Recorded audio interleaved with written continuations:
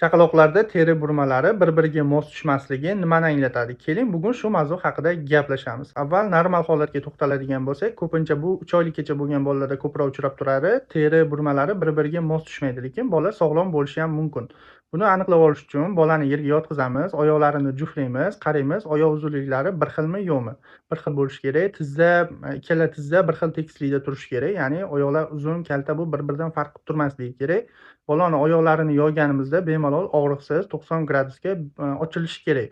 Bunda bola sog'lom bo'ladi. Ko'pincha o'sha ikkala oyoqdagi mushaklardagi tonus biroz farq qilgani uchun teri burmalari ham shunaqa farq qilib turadi. Vaqt o'tishi bilan o'zi to'g'rilanib ketadi.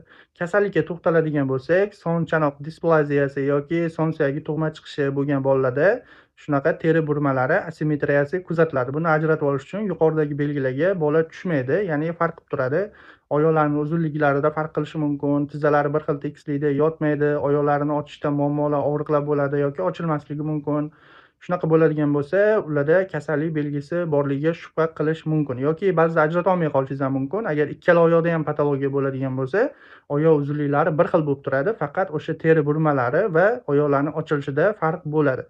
Agar bolada shunaqa kasallik borligiga shubha qiladigan bo'lsangiz, vrach, ortopedga murojaat qilish kerak.